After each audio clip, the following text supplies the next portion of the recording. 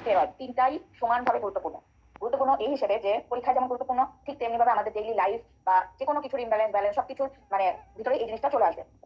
যেমন আমরা কোনো কিছু হইলে, যখন কোনো ইনফেকশন হয়, কোনো একটা কিছু ভালো হয় না, যেমন আমাদের নিজেদের যে সেক্টর ওরাল ম্যাক্সিলোফেশিয়াল যে এরিয়াটা আছে, এখানে যেমন ওরাল ডিজিজ কোনো হলে আমরা কি স্টেরয়েড দিই, তাহলে এটা আমাদের জন্য ইম্পর্টেন্ট। এই যে আমি টপিক্যাল স্টেরয়েড দিচ্ছি, অথবা আমি হচ্ছে ওরালি দিচ্ছি, অথবা আমি ইনজেক্টেবল দিচ্ছি, আসলে এগুলো ফাংশন কি, আসলে এগুলো কিভাবে কন্ট্রোল হয়, তারপরে থাইরয়েডের সাথে আমাদের ডেন্টাল রিলেশন গুলো কি, প্যারাথাইরয়েডের সাথে আসলে আমাদের ডেন্টাল রিলেশন কি, এই জিনিসগুলো জানাটা ইম্পর্টেন্ট। আর সেটার জন্য এই হরমোনের যে বেসিক মানে কিভাবে এটা ফর্ম হচ্ছে, কিভাবে কি হচ্ছে, এটা জানা আমাদের জন্য বেশি জরুরি। নট অনলি যে পরীক্ষা ইম্পর্টেন্ট, যে বেসিক 5% মানুষদের ক্ষেত্রে এই সমস্যাটা থাকে আছে। ক্যারিসও থাকবে ক্যালসিয়াম ডেফিসিয়েন্সি, তাহলে এনার্জি ডেন্টাল তো ভিটামিন ডিটা তার বডিতে কম দেওয়ার চেষ্টা করি। কম দিলে কি হচ্ছে, এই মানে রিঅ্যাবজর্পশনে হেল্প করতে পারবে না, সেটা যেভাবে ছিল সেভাবে যাবে, মানে এটা ইউজলেস একটা এক্সপেরিমেন্ট। তো এই জন্য ওই যেগুলো দিলে ক্যালসিয়ামটা হচ্ছে অ্যাবজর্পশন হবে, সেটা চেষ্টা করতে হবে। সেক্ষেত্রে দেখতে হবে তার ভিটামিন ডি লেভেল কেমন আছে, সেটা দেখতে হবে তার প্যারাথাইরয়েড হরমোন লেভেল কেমন আছে, তারপরে গিয়ে আমি ক্যালসিয়ামের ব্যাপারটা চিন্তা করবো। তো অনেকেই আছে ক্যালসিয়াম খাচ্ছে, আমাদের মতো অনেকেরই টেন্ডেন্সি আছে আমরা ক্যালসিয়াম খাই, কিন্তু আমরা ক্যালসিয়াম ওই ভিটামিন ডি খাচ্ছি কিনা এটা কিন্তু খুব ইম্পর্টেন্ট। যেমন বাচ্চাদেরকে আগে এই যে ক্যালসিয়াম ভিটামিন ডি কিন্তু দেওয়া হতো না। যেমন আমাদের বাচ্চারা, আমাদের সময়কার, আমাদের যে 90s এর বাচ্চা, তারপরে এরপরে এটা কিন্তু খুব কমই হচ্ছে, ভিটামিন ডি দেওয়া হতো। এখন কিন্তু এখনকার জেনারেশন একদম নতুন যেসব বাচ্চাদের জন্ম হচ্ছে, এদেরকে কিন্তু ওরাল দিয়ে দিচ্ছে, ভিটামিন ডি দিয়ে দিচ্ছে। ওই যে আমাদের একটা ল্যাকিংস থাকে, কোনোভাবে যদি জন্ডিসটা সেরে যায় তাহলে আর তেমন একটা সূর্যের কাছে নেওয়া হয় না, যেহেতু নেওয়া হয় না তার বডিতে তো এই জিনিসটা দরকার আছে, এই কারণেই তো দেওয়া হয়। তো যাই হোক, এটা হচ্ছে আমাদের ডেন্টালের সাথে এই যে সিস্টেমিক একটা কন্ডিশন, সেটা দেখা। তারপরে যেমন থাইরয়েড আসলে কি থাইরয়েডের সাথে আমাদের মানে কি খুব রিলেশন আছে, খুব একটা রিলেশন নাই, কিন্তু হতে পারে আপনি 100 জন 1000 জনের দুটো পেশেন্ট দিতেই পারেন যার থাইরয়েড লেভেল হয়তো অনেক বেশি, তার হয়তো হাইপারথাইরয়েডিজম আছে। যেসব পেশেন্টের হাইপারথাইরয়েডিজম থাকে তাদের ক্যালসিয়ামের এক্সক্রিশনটা অনেক বেশি থাকে এবং মানে রিঅ্যাবজর্পশন রেটটা কম থাকে, অস্টিওপোরোসিস অ্যাক্টিভিটি বা অস্টিওপোরোটিক অ্যাক্টিভিটিটা বেশি থাকে। এই যে অস্টিওপোরোটিক, যেহেতু আমরা হার্ট নিয়ে কাজ করি, যেহেতু আমরা বডির একটা হার্ডেস্ট স্ট্রাকচার নিয়ে কাজ করি, তা আমাদের ক্ষেত্রে ক্যালসিয়ামটা অনেক বেশি ইম্পর্টেন্ট। তো থাইরয়েড একটা ইনফ্লুয়েন্সিং হরমোন, যে কিনা ক্যালসিয়ামের অ্যাবজর্পশন বা রিঅ্যাবজর্পশনে একটা ভূমিকা রাখে। তাহলে আমাদের থাইরয়েড লেভেলটা দেখতে হবে। থাইরয়েড লেভেল বেশি থাকলে প্রেশার বেশি থাকবে। আমি একটা চিকিৎসা করতে যাচ্ছি, তার প্রেশার লেভেলটা কেমন, সে বলতে পারে তার ব্লাড প্রেশার হাই থাকে, তার কোনো হার্টের সমস্যা নাই, কিন্তু তার থাইরয়েডের সমস্যা আছে। আমাকে বুঝতে হবে যে আসলে আমার মানে সেকশনটা কোন দিকে যাচ্ছে, আমি আসলে কোন লেভেলটা করবো। যেমন আমরা মানে আমাদের সবচেয়ে বড় ম্যালপ্র্যাকটিস, দাঁত নিয়ে আসছে, একটা মোলার টিপ নিয়ে আসছে, মোলার টিপে কাজ করবো, শেষ। অনেক ডাক্তার, বহু ডাক্তার আছে কিন্তু সিঙ্গেল ট্রিটমেন্ট করে ছেড়ে দিচ্ছে, কিন্তু দেখা গেছে ওরা তার অনেক বড় কোনো একটা সমস্যা হয়তো হয়ে গেছে। হতে পারে তার হয়তো একটা স্কেলিং এর দরকার ছিল, আপনি স্কেলিং প্রেসার করে না। অনেক সময় কিন্তু পেশেন্ট থাকে পুরো পেশেন্ট হয়তো কোনো মতে একটা উচ্চারণ করতে পারলেই বাঁচে, টাকাও কমায় রাখে। আপনি যেটা বলেন, আরে আমার তো বিশাল লস হয়ে গেল, থাক স্কেলিং কেন করবো, আপনি যদি একটু সহৃদয় হয়ে এটা করে দেন, তাহলে আসলে কিন্তু একটা পেশেন্টের খুব ভালো একটা উপকার হলো। তারপরে হচ্ছে এটা কি বলে, থাইরয়েডের যেখানে ছিলাম, যে থাইরয়েডের পেশেন্টের অন্য কোনো সমস্যা নাই আমার, আমি শুধু থাইরয়েড ওষুধ খাই। তো থাইরয়েড কি ওষুধ খান, ঠিক আছে, সে বললো আচ্ছা ঠিক আছে, মানে আপনি কোনো খুব একটা ইগনোর মানে একটু মানে ইগনোর করলেন। তারপরে অনেক পেশেন্ট থাইরয়েড পেশেন্ট ডায়াবেটিস আছে আর থাকে, তো তার থাইরয়েড আছে, তার ডায়াবেটিস আছে। এখন আপনি লোকাল অ্যানেস্থেসিয়া দিচ্ছেন, ব্লক দিচ্ছেন, দুটো ব্লক দিয়ে ফেলেন, তার ব্লক কাজ করতেছে না। আপনাকে চিন্তা করতে হবে কেন এটা কাজ করতেছে না। কারণ যখন আপনি প্রেশার ওষুধ খাচ্ছেন, এটা থাইরয়েডের সাথে রিলেটেড, কিন্তু থাইরয়েড জনিত কারণে যদি তার প্রেশার আস্তে আস্তে থাইরয়েড আছে, তখন আপনাকে চিন্তা করতে হবে এটা একটা কিছু জিনিস থাকতে হবে। যে স্কিনের ডাক্তার, তারও হাইলাইট করার মতো জিনিস থাকতে হবে। স্কিনের ডাক্তারের কাছে গেছে, কিউর হয়ে গেছে, আর কখনো তার সাথে আসলে মানে জিনিসটা কি। আর এগুলো শুনতে অনেক নর্মাল আর্টারি থেকে থাইরয়েড হরমোন তৈরির জন্য আমাদের যে র ম্যাটেরিয়ালটা দরকার, এটা আমরা জানি। তারপর প্রথমত আমাদের জানতে হবে থাইরয়েডটা কি। আমরা এটা আমরা লেখাগুলো অনেক শিখেছি আগে, আমি জানতে হবে থাইরয়েডটা কি অনেক। আচ্ছা, আজকের টপিক হচ্ছে থাইরয়েড দিয়ে শুরু হবে। প্রথমত আমাদের জানতে হবে থাইরয়েডটা কি। আমরা এটা পড়ে আসছি গত ক্লাসে, যে থাইরয়েড একটা অ্যামাইড গ্রুপের লিপিড সলিউবল একটা হরমোন, এবং এটাকে আরো অনেক নামে বলা হয়। যেমন এখানে আমরা লেখাগুলো অনেক শিখেছি আগে, আমি বলে নিচ্ছি, তারপরে বলছি যে এখানে কি আছে। এটা হচ্ছে একটা ডায়াবেটিজেনিক হরমোন, এবং থাইরয়েড হরমোনের ক্যারেক্টার হচ্ছে সে বোধ বলতে সে অ্যানাবলিকও, সে ক্যাটাবলিকও, কিন্তু প্রিডমিনেন্টলি যদি বলা হয়, প্রিডমিনেন্টলি বললে সে হচ্ছে ক্যাটাবলিক হরমোনের ভিতরে পড়বে। আচ্ছা, এরপরে আসেন যে এখানে শুকনো আমার টপিক, থাইরয়েড গ্ল্যান্ড কটা থাকে এটা আমরা জানি। তারপর থাইরয়েডকে সাপ্লাই দেয় কে, অ্যানাটমিতে অবশ্যই আমরা পড়ে আসছি সুপিরিয়র থাইরয়েড আর্টারি এবং ইনফিরিয়র থাইরয়েড আর্টারি। তো সুপিরিয়র থাইরয়েড আর্টারি আসবে এক্সটার্নাল ক্যাপিটাল আর্টারি থেকে, আর ইনফিরিয়র থাইরয়েড আর্টারি আসবে হচ্ছে সুপিরিয়র সার্ভাইকাল আর্টারি থেকে। আচ্ছা, এবার আসেন যে থাইরয়েডটা কি বলে এটাকে, থাইরয়েডের তৈরি হওয়ার জন্য থাইরয়েড থেকে আসলে মানে জিনিসটা কি, আয়োডিন আপটেক হচ্ছে, তাই না।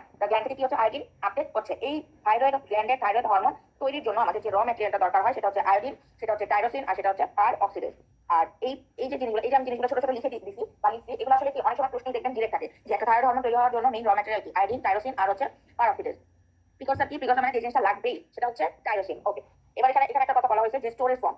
স্টোরেজ ফর্মটা কি মানে, একটা হচ্ছে ফ্রি ফর্ম, একটা হচ্ছে স্টোরেজ ফর্ম। তো T4 T3 দুই রকমের থাইরয়েড আছে, যেটা থাইরক্সিন সেটা হচ্ছে T4, আর যেটা T3 সেটা হচ্ছে ট্রাইআয়োডো থাইরোনিন। এই টায়ারোথাইরোনিনের T49 এর মধ্যে স্টোরেজ ফর্মে থাকবে হচ্ছে T4, মানে T4 ভিতরে থাকবে, যখন দরকার হবে তখন T3 তে কনভার্ট হয়ে এবার ব্লাডে অ্যাক্টিভ ফর্মে যাবে। আচ্ছা, এই হচ্ছে আমাদের একটা থাইরয়েড গ্ল্যান্ডের একটা থাইরয়েড কি বলে সেকশন। এটার মাঝখানে হচ্ছে গ্ল্যান্ডের একটা সেকশন, এইটাতে হচ্ছে মাঝখানে হচ্ছে লুমেন, আর এই প্রতিগুলো হচ্ছে কি সেল হিসেবে কাউন্ট হচ্ছে, আর এটা দিয়ে ব্লাড যাচ্ছে। এবার কথা হচ্ছে এই হচ্ছে সেই সেলটা, এই হচ্ছে সেই লুমেন, লুমেনের ভিতরে কি হয়, তারপরে ব্লাড দিয়ে সেটা বের হয়ে যায়। এখন বলা হচ্ছে যে ব্লাড থেকে সোডিয়ামের সাথে কো ট্রান্সপোর্টের মাধ্যমে আয়োডিন প্রিকসর, আয়োডিন র ম্যাটেরিয়ালটা ভিতরে ঢুকবে। সেই আয়োডিন যে ভিতরে ঢুকবে সেটা লুমেনে যাবে, লুমেনে গিয়ে সেকেন্ডারি অ্যাক্টিভ ট্রান্সপোর্টের মাধ্যমে যাচ্ছে, যাওয়ার পরে এবার সেই লুমেনে কি করে, সেই লুমেনে গিয়ে সে থাইরোগ্লোবিউলিন নামে একটা প্রোটিন থাকে, এই প্রোটিনের সাথে বাইন্ড করতে। এই যে বাইন্ড করলো, এই বাইন্ডের সময় যে এনজাইমটা কাজ করে সেটাকে বলা হচ্ছে পার অক্সিডেজ। বাইন্ড করার পরে সে এবার এসে সে অর্গানিফিকেশন হবে, মানে থাইরোগ্লোবিউলিনের ভিতরে থাকে হচ্ছে টাইরোসিন, এই টাইরোসিনের সাথে আয়োডিন হচ্ছে বাইন্ড করবে, বাইন্ড করে এবার সে অর্গানিফিকেশন হবে, মানে একটা আয়োডিন দুইটা আয়োডিন একটা টাইরোসিনের সাথে বা দুটো টাইরোসিনের সাথে বাইন্ড করবে। এই বাইন্ডিং যে প্রসিডিউর, এই বাইন্ডিং প্রসিডিউরটাকে বলা হচ্ছে অর্গানিফিকেশন, মানে অর্গানাইজ হচ্ছে। তাহলে কি, তাহলে এখানে অর্গানিফিকেশন হয়ে এরকম একটা হতে পারে, এরকম একটা টাইরোসিনের সাথে দুটো আয়োডিন বাইন্ড হতে পারে, এভাবে মনো আয়োডোটাইরোসিন ডাইয়োডোটাইরোসিন তৈরি হবে। হওয়ার পর এবার এই এমআইটি এবং ডিআইটি মনো আর ডাই মিলে একটা কাপলিং হবে, যেখানে দুইটা দুইটা ডাইআয়োডো একটা আর মনোয়াইড একটা, সেখানে টি3 তৈরি হবে, আর যেখানে দুইটাই ডাই আসবে মানে 2 2 4 হবে, সেখানে টি4 তৈরি হবে। এই টি4 তৈরি হওয়ার পর লুমেন থেকে সে আবার সেলে যাবে, সেলে যে যাচ্ছে সেই সেলে যাওয়াটাকে বলা হচ্ছে এন্ডোসাইটোসিস, এবং এই এন্ডোসাইটোসিসের সময় থাইরয়েড স্টিমুলেটিং হরমোন আসবে। তাহলে এই থাইরয়েড স্টিমুলেটিং হরমোন থেকে আসে, অ্যান্টিরিয়র পিটুইটারি থেকে আসে, থাইরয়েড স্টিমুলেটিং হরমোনের মাধ্যমে এবার সে সেলে যাবে। সেলে গিয়ে কি হবে, এই যে টি3 টি4 বা বাকি কোনো মনোআয়োডোটাইরোসিন বা ডায়োডোটাইরোসিন যদি থাকে, এবার তারা ভেঙে যাবে লাইসোসোমাল এনজাইমের মাধ্যমে। ভেঙে কি হবে, ভেঙে এই মনো এবং ডায়োডোটাইরোসিন ডিআয়োডিনাইজেশন এর মাধ্যমে আয়োডিন তৈরি হয়ে যাবে। আয়োডিন তৈরি হলো, এই আয়োডিনটা আবার সেই থাইরোগ্লোবিনের ভিতরে ঢুকে যাবে। কিন্তু যে টি3 টি4 ছিল, সেই টি3 টি4 কি করবে, সেই টি3 টি4 এক্সোসাইটোসিসের মাধ্যমে ব্লাডে চলে আসবে, এবং টি4 এসে থাইরয়েড বাইন্ডিং গ্লোবিউলিনের সাথে যুক্ত হয়ে টি4 যুক্ত হবে, যুক্ত হয়ে এবার যখন তার দরকার হবে তখন সে টি3 তে কনভার্ট হয়ে যাবে। কিসের মাধ্যমে, 5-আয়োডোজেনেজের মাধ্যমে। এইটা আমি মাঝে মাঝে কিছু এনজাইমের নাম বলতেছি, this is very much important. কেন, কোন স্টেজে গিয়ে কোন এনজাইমটা কাজে লাগতেছে এবং কোন এনজাইমের কাজে লাগার জন্য কি তৈরি হচ্ছে সেটা ইম্পর্টেন্ট। ফ্রি এবং অ্যাক্টিভ হয়ে গেল। এই যে টি3 তৈরি হয়, ভেঙে টি3 তৈরি হয়, এটা কোথায়, লিভারে হয়, হার্টে হয়, মাসেলে হয়, কিডনিতে হয়। এখানে বলা হয়েছে যে থাইরয়েড বাইন্ডিং গ্লোবিউলিন কখন বাড়ে কখন কমে। যেমন থাইরয়েড বাইন্ডিং গ্লোবিউলিন বেড়ে যায় প্রেগন্যান্সিতে আর ওসিপি খেলে। তো এই জন্যই প্রেগন্যান্সি, যেমন অনেকেই হয় যে প্রেগন্যান্সি মানে তার কখনোই থাইরয়েডের কোনো সমস্যা ছিল না, কিন্তু প্রেগন্যান্সি লেভেলে এসে তার ব্লাডে থাইরয়েডের পরিমাণটা বেড়ে গেছে, অথবা টিএসএইচ এর লেভেলটা বেড়ে গেছে, অথবা টিএসএইচ এর লেভেলটা কমে গেছে। এই কারণেই হয় বেড়ে যায়। ইউজুয়ালি বেড়ে যাওয়া মানে কিন্তু প্রেগন্যান্সি লেভেলে বেশিরভাগ ক্ষেত্রে হাইপোথাইরয়েডিজম হয়। তার মানে কি, টিএসএইচ লেভেলটা যখন বেড়ে যায় তখন হাইপোথাইরয়েডিজম হয়, মানে টি4 কমে যাচ্ছে। ওকে, আচ্ছা, এটা আবার কোনটা চলে আসলো। আচ্ছা, এরপরে আসেন রেগুলেশন। রেগুলেশন অবশ্যই একদম মাস্টার মাইন্ড হচ্ছে হাইপোথ্যালামাস। হাইপোথ্যালামাস কি করে, টিআরএইচ রিলিজ করে, থাইরয়েড রিলিজিং হরমোন রিলিজ করে। সে অ্যান্টিপিটুইটারিকে বলে বা তুমি থাইরয়েড স্টিমুলেটিং হরমোনটা বাবা রিলিজ করো, সেটা তুমি রিলিজ করে থাইরয়েড গ্ল্যান্ড থেকে টি4টাকে বের করো, টি4টাকে বের করে এরপর টি3 চলে আসে। ওকে, আবার নেগেটিভ ফিডব্যাক মেকানিজমের মাধ্যমে যদি ব্লাডে কোনো কারণে টি3 লেভেল অনেক বেশি বেড়ে যায়, টি3 এখানে কিন্তু টি4 না, টি3 কেন, কারণ টি4 হচ্ছে ইনঅ্যাক্টিভ ফর্ম, স্টোরেজ ফর্ম, তার যখন দরকার হয়, বডি যখন দরকার হয় তখন সে ভেঙে টি3 হয়। তাহলে ব্লাডে যখন টি3 বেড়ে যাবে তখন সে সিগন্যাল দিবে আমার আর দরকার নাই, আমি অনেক বেশি মানুষ হয়ে যাচ্ছি, বেশি সংখ্যক হয়ে যাচ্ছি, তখন সে অ্যান্টিপিটুইটারিকে বলবে টিএসএইচ আর রিলিজ করো না। অ্যান্টিপিটুইটারি যখন টিএসএইচ রিলিজ করা মানে কমাই দিবে, তখন সে বলবে আমাকে তো স্টিমুলেশন দিচ্ছে হাইপোথ্যালামাস, তখন সে সিগন্যাল পাঠাবে আমার আর টিএসএইচ রিলিজ করার দরকার নাই, টিআরএইচ দেওয়ার দরকার নাই, তুমি টিআরএইচ দিও না, তখন হাইপোথ্যালামাস আর টিআরএইচ দিবে না।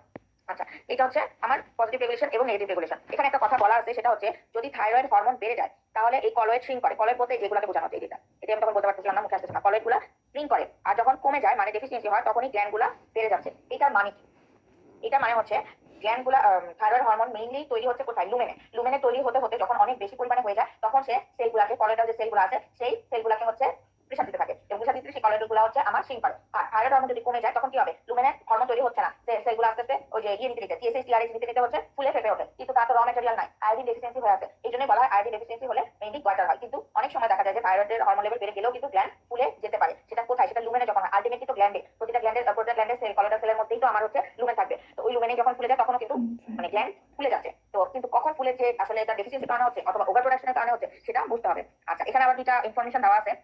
ইনফরমেশনটা হচ্ছে আমরা বলতেছি টিএসএইচ দিয়ে আয়োডিন আপটেক হচ্ছে, কিন্তু টিএসএইচ ছাড়াও কিছু কিছু জায়গায় আয়োডিন আপটেক হয়।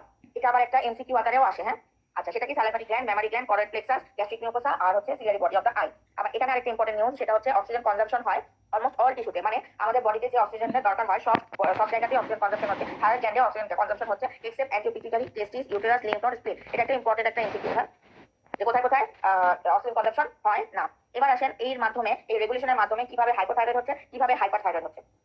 টিএসএইচ টেস্ট করা হয়, টিএসএইচ এ T4 গ্লাইকোপ্রোটিন থাকে, টিএসএইচ রিলিজ হবে কখন, যখন তার T3 T4 কমে গেছে, অথবা টিআরএইচ লেভেলটা বেড়ে গেছে, অথবা তার কোল্ড স্টিমুলেশন থেকে। ওটা আমরা পরে জানবো যে হাইপারথাইরয়েডিজমের ক্ষেত্রে কি হয়। এবার কথা হচ্ছে, ওই যে বললাম টি3 ব্লাডে বেশি থাকে, আমার ফিডব্যাক, নেগেটিভ ফিডব্যাক মেকানিজম দিবে, টিএসএইচটা কমে যাবে। আচ্ছা, এবার কথা হচ্ছে যে কখন আমরা হাইপো বলতেছি, কখন আমরা হাইপারথাইরয়েডিজম বলতেছি, এই জিনিসগুলো একটু আমরা দেখি। কিভাবে দেখবো, আমরা সবসময় যখন থাইরয়েড টেস্টের একটা প্রয়োজন আসে, যে টেস্টটা করতে হবে, আমরা একটা সিঙ্গেল টেস্ট করে দিই টিএসএইচ।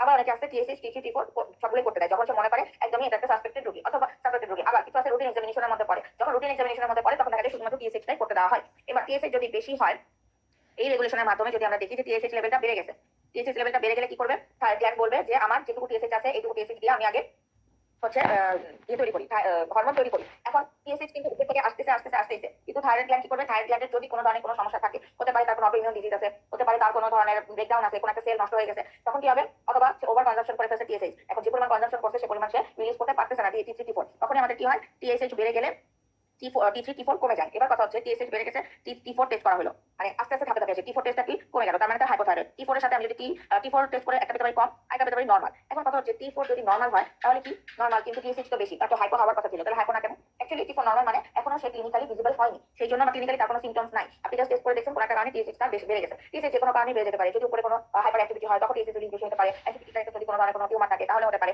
কোনো একটা কনসাল পাওয়ার যেমন আয়োডিন বেশি তৈরি হচ্ছে, আয়োডিন বেশি দেওয়া হচ্ছে, সেটা কারণে হতে পারে। এই সব কিছুর উপর ভিত্তি করে টিএসএইচ লেভেলটা বেড়ে যেতে পারে, কিন্তু আসলে তো থাইরয়েড তেমন কিছু হয়নি। টি4 যদি কমে যায় তাহলে হবে থাইরয়েড টি4 এর পরিমাণটা কমে গেছে, সে আর তৈরি করতে পারতেছে না, তখন হাইপোথাইরয়েড। আবার হতে পারে টি4 যা ছিল সে নরমালি তৈরি করতে, তার মানে কি তার সাবক্লিনিকাল তার কোনো ধরনের এখনো ক্লিনিক্যাল সিমটমস আসেনি। এবং এটা অনেক সময় হয় যেহেতু টি4 স্টোরেজ করা থাকে, ব্লাডে পাওয়া যায় না, এই জন্য কিন্তু ধরাও পড়ে না। এরপরে আসেন কমে গেছে, তার মানে কি হাইপার হবে। টি4 টেস্ট করলাম, একটা টি4 আসলো যে বেড়ে গেছে, আরেকটা আসলো নরমাল। নরমাল মানে আমার বুঝতে হবে সাবক্লিনিকাল। টি4 করার পরে আবার আপনি টি3 করে দেখেন হাইপোথাইরয়েডও হতে পারে, যদি বেড়ে যায় হাইপারথাইরয়েড হতে পারে, আর যদি নরমাল থাকে তাহলে সাবক্লিনিকাল। এখন প্রশ্ন হচ্ছে যখন আমার বেড়ে গেছে তখন তো আমি টি4 দিয়েই জাজ করে ফেলছি, তখন তো আমি আর টি3 করি নাই। এখন কথা হচ্ছে টিএসএইচ যখন কমে যাচ্ছে, তখন কি হবে, তখন হচ্ছে ব্লাডে থাইরয়েড গ্ল্যান্ডে যে টি4 থাকে সে কি করে, সে ব্যাকআপ দেওয়ার জন্য তার কাছে তো আর টিএসএইচ আসতেছে না, তখন সে কি করে টিএসএইচ টি4 তখন ভেঙে টি3 তে কনভার্ট হতে থাকে, কারণ টি3 তো ব্লাডে দরকার, ব্লাড থেকে তো অন্য যে কোনো অর্গানে সে যাবে, তো এটা যখন তার দরকার তখন সে সমানে হচ্ছে টি3 রিলিজ করতে থাকে। এই জন্য যখন টিএসএইচ কম আসবে তখন আমাদের টি3 টি4 করতে হবে, বা ফ্রি টি3 টি4 করে নিতে হবে, তখন আমরা বুঝতে পারবো আসলে ব্লাডে টি3 বেড়ে গেছে কিনা। যদি ব্লাডে টি3 বেড়ে যায় তখন বুঝতে হবে হাইপারথাইরয়েড, আর যদি না বাড়ে নরমাল লেভেলে থাকে তখন এটা সাবক্লিনিকাল। আবার একটা টেস্ট আছে যেটাকে বলা হয় রেডিও অ্যাক্টিভ আয়োডিন আপটেক, মানে তাকে হচ্ছে খালি পেটে আয়োডিন আপটেক করানো হয়, তারপরে 6 ঘন্টা পর, এবং সে যখন আসছে তার 24 ঘন্টা পরে আবার একটা মেজারমেন্ট নেওয়া হয়। যদি সেই আপটেকের পরে এবার টেস্ট করলে দেখা যায় যে রেডিও আপটেক আয়োডিনের পরিমাণটা লো, মানে তার খুব একটা যে চেঞ্জ আসার কথা, যে লেভেলটা দেওয়া হয়েছে সেটার পরে যে টেস্ট করার পরে যে লেভেলে থাকার কথা তার থেকে কম আছে, তাহলে বুঝতে হবে সে আয়োডিন আপটেক করতেছে না, তার মানে তার হাইপোথাইরয়েডিজম ডেভেলপ করতে হবে। যদি সে আয়োডিন আপটেক করে, আপটেক করা মানে কি, ফলিকুলার সেলে বেশি বেশি পরিমাণে আয়োডিন যাচ্ছে, তাহলে বুঝতে হবে সে থাইরয়েডের পরিমাণটা আস্তে আস্তে বাড়বে, তাহলে তার হাইপারথাইরয়েডিজম। এটা দিয়েও বোঝা যায় যদি টি3 টি4 টেস্ট দিয়ে বোঝা না যায়।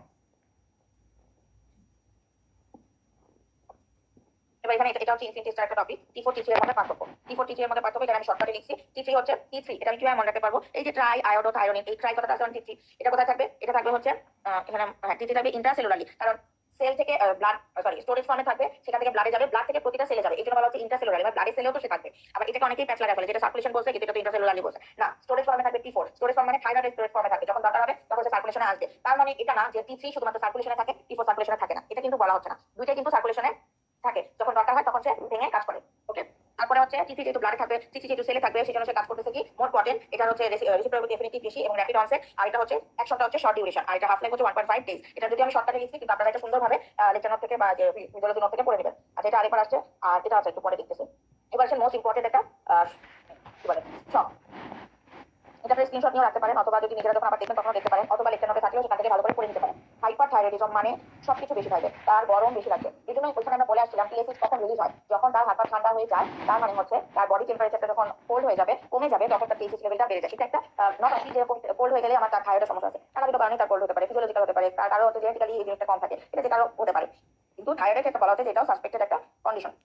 তাহলে হাইপার যাতে গরম বেশি লাগবে, প্রেসার বেশি থাকবে, তার অস্টিওপোরোসিস হবে, তারপরে হচ্ছে এটা কি বলে ডায়রিয়া, ভমিটিং, তারপরে হচ্ছে অস্টিওলাইটিক অ্যাক্টিভিটি, অস্টিওব্লাস্টিক অ্যাক্টিভিটি, লিফ অ্যাডনোপ্যাথি, এখানে যা যা জিনিস আছে সব কিছু বেশি থাকবে, এক্সেপ্টের জিনিসটা আবার একটু, সেটা হচ্ছে এই চারটা জিনিস, weight, cholesterol, menstrual blood, libido. Libido এই চারটা জিনিস হাইপারথাইরয়েডিজমে কম থাকবে। তাহলে এটা বোঝা যায় একটা হাইপারথাইরয়েডিজমের পেশেন্টের এত কিছু থাকার পরেও সে কিন্তু প্যাকেট থাকবে, তার ওজন কিন্তু কম থাকবে। ওকে, তারপরে হচ্ছে সে হাই পিচে কথা বলবে, স্কিন অনেক বেশি স্মুথ হবে, ওই যে স্কিনের যে হেয়ার ফলিকল গুলো পড়ে যাবে, তারপরে হচ্ছে ওয়েট লস তো বললাম, তারপরে তার এখানে হাইপোকোলেস্টেরোলিমিয়া থাকবে, পিগমেন্টেশন থাকবে, ডায়রোকোমাসিয়া থাকবে, আর স্কিন সোয়েটিং থাকবে। আর হাইপোথাইরয়েডিজমে তার সব উল্টো, কারণ ট্যাকিকার্ডিয়া ছিল, এখানে ব্র্যাডিকার্ডিয়া হবে, এখানে একটু পেশেন্ট একটু বেশি লেথার্জিক হবে, তাড়াতাড়ি ঘুমায় পড়তেছে, মনোযোগ দিতে একটা কথা বলতেছে, সে হয়তো একটু ডাইভার্ট হয়ে যাচ্ছে তাড়াতাড়ি, যেমন এখানে বলছে রেসপন্সটা কম থাকবে। ওকে, তারপর হচ্ছে বডি লেন্থটা কম থাকবে, হাইপোগ্লাইসেমিয়া হবে, সোমনোলেন্স, তারপরে কি তাড়াতাড়ি ঘুমায় পড়বে, ফ্যাটিক থাকবে, কনস্টিপেশন থাকবে, তারপরে হচ্ছে ওয়াটার রিটেনশন থাকবে, হেয়ারগুলো পোস্ট থাকবে, অ্যাসাইটিস থাকবে, এগুলো যা যা কিছু ক্লাব দ্বারা এখানে তো আমি একটু ভিডিও করে দিচ্ছি, মানে যখন যেটা পড়ছি সেটা লিখছি, এটা তো আমার নিজস্ব নোট, আপনারা নোট থেকে সুন্দর করে পড়বেন, সরকারি পড়বেন। এবার এখানে একটা জিনিস আসছে, সেটা হচ্ছে থাইরোটক্সিকোসিসে, আচ্ছা what is thyrotoxicosis, what is hypothyroidism, hyperthyroidism. Hyperthyroidism ism মানে হচ্ছে এক ধরনের ইনফ্লামেশন থাকবে, এক ধরনের ইনফ্লামেশন আছে সেই স্পেসিফিক অর্গান। তাহলে কি হাইপারথাইরয়েডিজম মানে হচ্ছে থাইরয়েড বেশি বেশি অ্যাক্টিভ, আর থাইরোটক্সিকোসিস মানে হচ্ছে সেই গ্ল্যান্ডটা মানে এক্সেস তৈরি করতেছে না, কিন্তু গ্ল্যান্ড থেকে ব্লাডে যে থাইরয়েডটা বের হয়ে যাওয়ার কথা, হরমোনটা বের হয়ে যাওয়ার কথা, কোনো কারণে সেটা পাস হতে পারতেছে না, জমে জমে সেই গ্ল্যান্ডের হরমোনাল টক্সিসিটি হচ্ছে। একটা একটা হচ্ছে গ্ল্যান্ড বড় হয়ে যাচ্ছে সেই জন্য তাকে হাইপারথাইরয়েড করতেছে, আরেকটা হচ্ছে গ্ল্যান্ড ঠিক আছে সে ঠিকমতো তৈরি করতেছে কিন্তু যে পরিমাণ এক্সক্রিট হয়ে যাওয়ার কথা, যে পরিমাণ ব্লাডে চলে যাওয়ার কথা সেটা হতে পারতেছে না, আলটিমেটলি জমে সে থাইরয়েড টক্সিসিটি করতেছে। এটা হচ্ছে থাইরয়েড টক্সিসিটি। এখানে আরেকটা জিনিস আছে যে সব জায়গায় হিট বেড়ে যায়, থাইরয়েডের যেমন হিট ইনটলারেন্স হয় এক্সেপ্ট কোন জায়গা, এক্সেপ্ট ব্রেন, স্প্লিন আর বোনাস। আচ্ছা, থাইরয়েড টক্সিকোসিস বা হাইপারথাইরয়েডিজমে কিছু স্পেসিফিক ফিচার আছে, যেমন সে গ্লাইকোজেনোলাইসিস করবে, গ্লুকোনিওজেনেসিস করবে, তারপর হচ্ছে এই যে গ্লাইকোলাইসিস করবে, কিন্তু গ্লাইকোলাইসিস করবে পেরিফেরাল টিস্যুতে। পেরিফেরাল টিস্যুতে গ্লাইকোলাইসিস করে বলেই কিন্তু সেখানে আমাদের হিটে টেম্পারেচারটা বেশি পাওয়া যায়, যেহেতু তার এনার্জিটা লস হচ্ছে সেই জন্য কিন্তু টেম্পারেচারটা বেশি পাওয়া যাচ্ছে, হাত এবং পায়ে ঘামাচ্ছে, গরম লাগতেছে। ওকে, আবার এখানে হচ্ছে ব্লাডের একটা জিনিস আছে যে অক্সিজেন হিমোগ্লোবিন ডিস্ট্রিবিউশন কার্ভটা রাইটে শিফট করবে থাইরয়েড টক্সিকোসিসে। ওকে, এবার এখানে আসেন যে কিছু এনজাইম, কোন কোন এনজাইম থাইরয়েড টক্সিকোসিসে বেড়ে যায়। একটা হচ্ছে গ্লাইকোসিউরিয়া হবে, হাইপারক্যালসিমিয়া হবে, সেটা তো বললাম। এরপরে বলছে সেরাম বিলিরুবিনটাও বেড়ে যাবে। সেরাম বিলিরুবিন কেন বাড়বে? হিমোলাইসিস বেশি হবে। হিমোলাইসিস বেশি হওয়া মানে হচ্ছে কি আস্তে আস্তে হচ্ছে হিমোগ্লোবিন এইভাবে আস্তে আস্তে জিনিসটা যেটা আমরা ব্লাডে পড়ে আসছি সেই জিনিসটা হবে এবং সেরাম বিলিরুবিন বাড়বে। তারপরে হচ্ছে অ্যালানিন অ্যামাইনো ট্রান্সফারেজ লিভারে যেগুলো আছে, alanine amino transferase, alkaline phosphatase, gamma glutamyl transferase, মানে লিভারের যে হরমোন এনজাইমগুলো আছে সেগুলো বেড়ে যাবে। আবার হাইপোতেও কিন্তু আছে, যেমন কিটিনিন কাইনেজ, এগুলো বাড়বে। অ্যাসপার্টিক অ্যামাইনো ট্রান্সফারেজ এটাও বাড়বে। আচ্ছা, ওই যেটা এজিপিটি এজিও2। এখানে ক্রিটিনিজম নিয়ে একটা কথা বলা আছে। What is cretinism? মানে হাইপোথাইরয়েডের মধ্যে দুইটা জিনিস আছে, একটা ক্রিটিনিজম, একটা মেজিরিমা। একদম বাচ্চা বয়সে যে জিনিসটা হয় সম্ভবত 2 to 3 ইয়ার্স এর নিচে যাদের হয় হাইপোথাইরয়েড তাদেরকে বলা হয় ক্রিটিনিজম, আর যাদের হচ্ছে এর থেকে বড় বড় বয়স হয় তাদের বলা হয় মেজিরিমা। ক্রিটিনিজম যদি হাইপোথাইরয়েডের একটা পার্ট হয় তার মানে সবই কম, ইরাটিলে রিডাকশন, মেন্টাল ডেভেলপমেন্ট কম হবে, বাকি ফিক্স থাকবে, টাংটা প্রোট্রুডেড থাকবে, ওভার এনলার্জ থাকবে।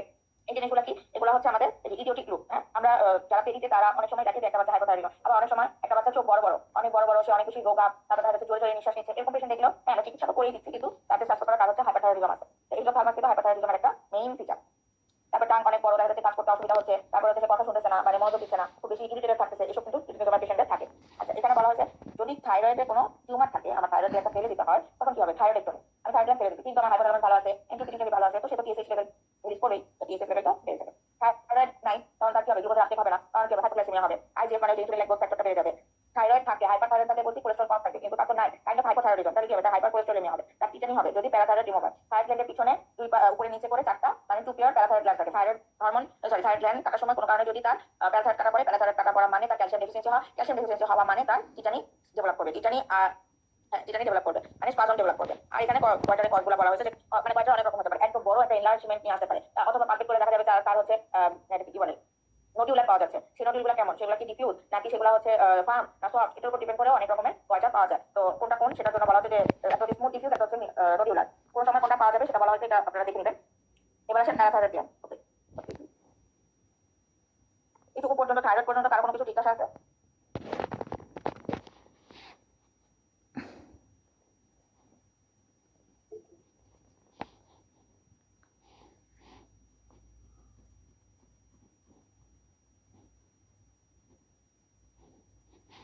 প্যারাথাইরয়েড হরমোন সম্পর্কে যে কথাটা বললাম, এই যে বললাম যে পোস্টোল্যাক্টাল সার্কেল অফ দ্য থাইরয়েডে চারটা প্যারাথাইরয়েড গ্ল্যান্ড থাকবে, এটা ওয়াটার সলিউবল এবং রিসেপ্টর থাকে সেল মেমব্রেনে, যেটা আমরা গত ক্লাসে পড়ে আসছি, যেহেতু এটা প্রোটিন হরমোন।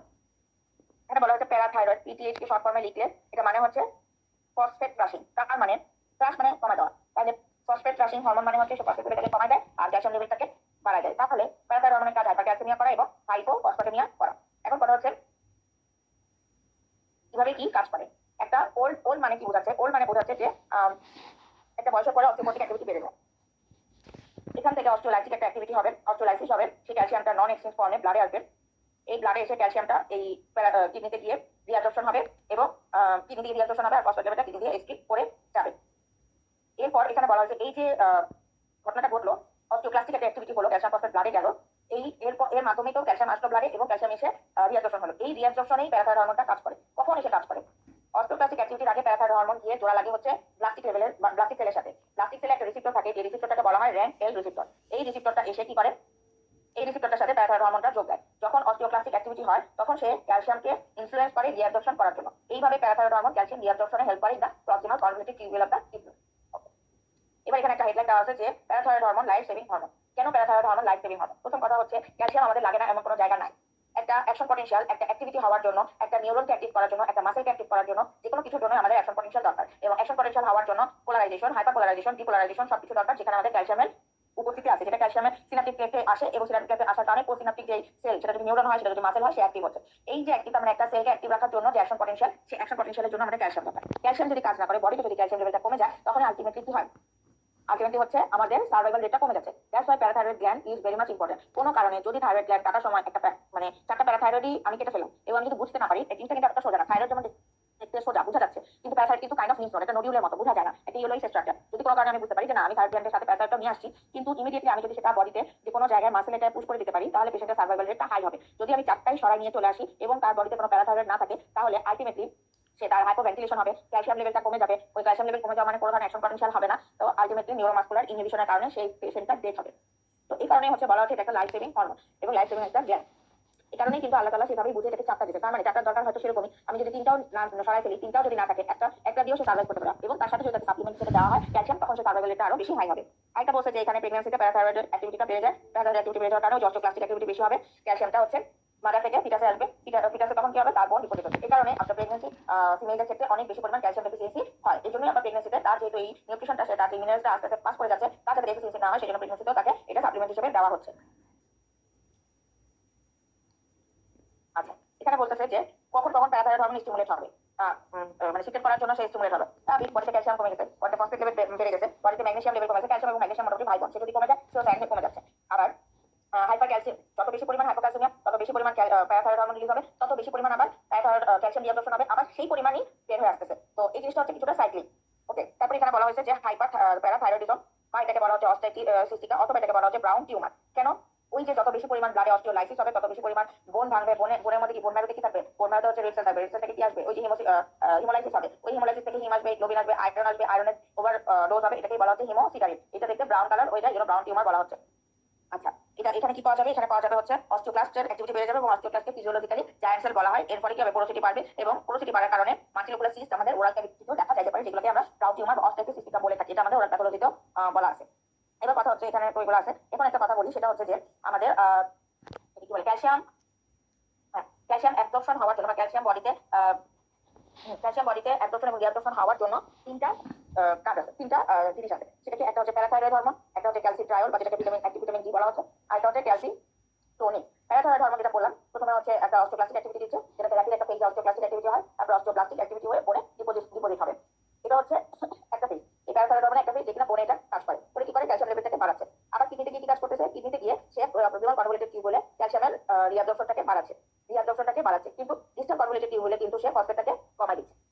আবার সেই ইন্টেস্টাইনে কি করে, ইন্টেস্টাইনে এই ক্যালসিট্রায়োল মানে অ্যাক্টিভ ভিটামিন ডি এর সাহায্য নিয়ে, হেল্প নিয়ে, সেই ইন্টেস্টাইনে ক্যালসিয়াম এবং ফসফেট দুইটারই অ্যাবজর্পশন, নট অ্যাবজর্পশনটাকে সে বাড়ায়। এই হচ্ছে প্যারাথাইরয়েড হরমোনের তিনটা সাইড, একটা বোনস, একটা কিডনি এবং একটা ইন্টেস্টাইন। আর ক্যালসিট্রায়োল কি করে, ক্যালসিট্রায়োলও সেম ভাবে কিডনি এবং ইন্টেস্টাইনে রিঅ্যাবজর্পশন এবং অ্যাবজর্পশন বাড়াবে, কিন্তু ক্যালসিট্রায়োল কিন্তু ক্যালসিয়াম প্লাস ফসফেট দুইটারই অ্যাবজর্পশন বাড়ায়। আর ক্যালসিটোনিনের কাজ হচ্ছে বেশি বেশি পরিমাণ ক্যালসিয়াম লেভেলটাকে এক্সক্রিট করে দেয়। এক্সক্রিট করে দিলে ব্লাডে কি হচ্ছে, ব্লাডে ক্যালসিয়াম কমে যাচ্ছে, ইন ব্লাড সেম অ্যাজ ফসফেটও কমে যাচ্ছে। এই তিনটা জিনিসের মাধ্যমে সেই ক্যালসিয়াম আমাদের বডিতে মেইনটেইন হচ্ছে। কথা বলতে হচ্ছে যে কখন ক্যালসিয়াম লেভেল বেড়ে যাবে, সরি কখন আমি প্যারাথাইরয়েড করতেছি, তাহলে কখন প্যারাথাইরয়েড হরমোন বেড়ে যাবে এবং কখন প্যারাথাইরয়েড হরমোন কমে যাবে, এবং প্যারাথাইরয়েড হরমোন বেড়ে গেলেই কি ক্যালসিয়াম লেভেলটা বেড়ে যাবে। কথা হচ্ছে যদি প্রাইমারি কোনো সমস্যা হয়, যে কোনো টিউমার বা হাইপার কথাটা মানে একটা হাইপার থাইরয়েডিজম হতে পারে, যেটা থাইরয়েড গ্ল্যান্ডের সমস্যা, অথবা হতে পারে থাইরয়েড গ্ল্যান্ডকে কন্ট্রোল করে এমন যে কোনো অর্গানের সমস্যা। ঠিক তেমনি হাইপার প্যারাথাইরয়েডিজম কথাটার মানে হচ্ছে প্যারাথাইরয়েডে কোনো একটা টিউমার হচ্ছে, কোনো একটা অ্যাডিনোমা হচ্ছে, তখন কি হবে, হাইপার প্যারাথাইরয়েডিজম হওয়ার কারণে প্যারাথাইরয়েড হরমোন লেভেলটা ঠিক থাকবে মানে সে কমে যাবে না, তার লেভেলটা বাড়তেছে। তাহলে তার লেভেল বাড়ার কারণে সেরকম ক্যালসিয়াম লেভেলটাও বাড়বে। কিন্তু যদি সেকেন্ডারি কজ হয়, সেকেন্ডারি কজ মানে কি, যেমন ধরেন এখানে আমাদের কিডনি আছে, ইন্টেস্টাইন আছে, বোনস আছে, কিডনিতে কি হতে পারে, রেনাল ফেলিওর হতে পারে, তাহলে কি করবে, ক্যালসিয়াম রিঅ্যাবজর্পশন হবে না।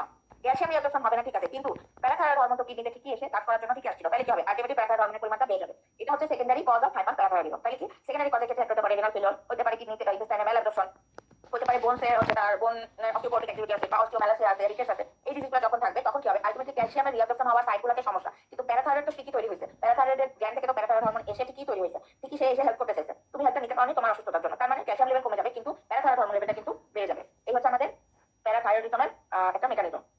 এখানে আবার ভিটামিন ডি সিনথেসিস, যেটা ক্যালসিট্রায়োল বলে আসে, সেটা আসছে, এটা আপনারা এখান থেকেও দেখতে পারেন, বা বায়োকেমিস্ট্রিতে যখন পড়ানো হবে তখনও দেখতে পারেন। তিনটা অর্গানের মাধ্যমে ভিটামিন ডি সিনথেসিস হয়। তিনটা কি, প্রথমে স্কিন, যেটা হচ্ছে সান এক্সপোজারের মাধ্যমে আসবে করে ক্যালসিফেরল, অথবা আমি যদি কোনো ফুড খাই সেই ফুডের মাধ্যমে আসবে করে ক্যালসিফেরল, সেই ক্যালসিফেরলটা ইউরিনের মাধ্যমে হবে 7 ডিহাইড্রক্সি করে ক্যালসিফেরল, সেখান থেকে লিভারের মাধ্যমে 25 হাইড্রক্সিলের মাধ্যমে আসবে 25 হাইড্রক্সি করে ক্যালসিফেরল, যেটাকে বলা হচ্ছে D3, সরি এখানে এটা D2 হবে, এটা D2। তারপরে আসবে হচ্ছে 1 আলফা হাইড্রক্সিলের মাধ্যমে কিডনিতে এসে হবে 125 ডাইহাইড্রক্সি করে ক্যালসিফেরল, এটা হচ্ছে D3। এটাই হচ্ছে active form of vitamin D. এই অ্যাক্টিভ ফর্ম অফ ভিটামিন ডিটাই হচ্ছে আমাদের ক্যালসিয়াম রিঅ্যাবজর্পশনে হেল্প করতেছে, অলসো প্যারাথাইরয়েড হরমোন।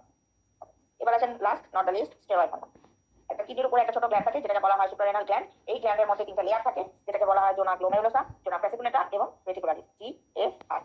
এই জি থেকে আসবে অ্যালডোস্টেরন, যেটাকে বলা হয় মিনারেলোকর্টিকয়েড, যেখানে ব্লাড ভলিউমকে মেইনটেইন করে। তারপরে আসবে জোনা ফেসিকুলেটা, যে হচ্ছে কর্টিসল রিলিজ করে বা গ্লুকোকর্টিকয়েড। আর রেটিকুলারিস থেকে আসবে সেক্স হরমোন, এটা রেনাল সুপ্রারেনাল গ্ল্যান্ডের কর্টেক্স লেয়ারে থাকে, মেডুলারি লেয়ারে থাকে ক্যাটেকোলামাইন, অ্যাড্রেনালিন, নন অ্যাড্রেনালিন, ডোপামিন।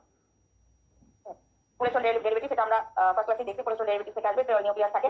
এই কোলেস্ট্রল থেকে আসবে প্রেগনিলন। এই প্রেগনিলন তৈরি হতে যেই এনজাইমটা কাজ করে সেটাকে বলা হচ্ছে কোলেস্ট্রল ডেসমোলেজ। এই ডেসমোলেজকে ইনফ্লুয়েন্স করবে হচ্ছে অ্যান্টিপিটিউটারি থেকে অ্যাডেনোকর্টিকোট্রপিন রিলিজিং হরমোন। তারপর প্রেগনিলন কনভার্ট হয়ে জিএফআর এর তিনটে হরমোন রিলিজ করে। আচ্ছা, এখন কথা হচ্ছে আচ্ছা, এখন কথা হচ্ছে এই রেগুলেশনটা কিভাবে? হাইপোথ্যালামাস থেকে কর্টিকল রিলিজিং হরমোন আসবে, অ্যান্টিপিটিউটারি থেকে অ্যাডেনোকর্টিকোট্রপিন রিলিজিং হরমোন আসবে। সে এসে তিনটা জায়গায় স্টিমুলেশন দিবে যে তোমাদের যা সম্পদ আছে তা তোমরা বের করে দাও, রিলিজ করো। তাহলে কি অ্যালডোস্টেরন, স্টেরয়েড আর আসবে হচ্ছে সেক্স হরমোন। ঠিক একইভাবে কোনটা বেড়ে গেলে সে হচ্ছে আস্তে আস্তে অ্যান্টিপিটিউটারি এবং হাইপোথ্যালামাসকে সিগন্যাল দিবে। এখন যদি কোনো কারণে কোনো ডিজিজ হয়, ডিজিজটা কি? ওই গ্ল্যান্ডের সমস্যা। এই গ্ল্যান্ডের সমস্যা, কিন্তু আমার তো এসিটিএইচ এরও সমস্যা না, টিআরএইচ এরও সমস্যা না, মানে পিটিউটারিও সমস্যা নাই, হাইপোথ্যালামাসেরও সমস্যা নাই। তখন কি হবে? তখন ওই কর্টিকোট্রপিন রিলিজিং হরমোনও বাড়তে থাকবে, অ্যাডেনোকর্টিকোট্রপিন রিলিজিং হরমোনও ব্লাডে বাড়তে থাকবে। কিন্তু স্টেরয়েড দরকার, অ্যালডোস্টেরন দরকার বা আমাদের যে সেক্স হরমোন দরকার, কোনো কিছুই কিন্তু রিলিজ হবে না, কারণ ওগুলা লেভেলটা কমে যাবে আর হাইপোথ্যালামাস পিটুইটারি থেকে যা ছিল তা বাড়তে থাকবে। সেম এর ধরেন জিএফআর এর সমস্যা এবং অ্যান্টিপিটিউটারিতেও সমস্যা, সেক্ষেত্রে সেম যেদিকে সমস্যা সেটা বাড়বে, অন্যটা কমবে আর অন্যটা বাড়তে থাকবে। তো এটা হচ্ছে আমাদের পজিটিভ এবং নেগেটিভ ফিডব্যাক মেকানিজম।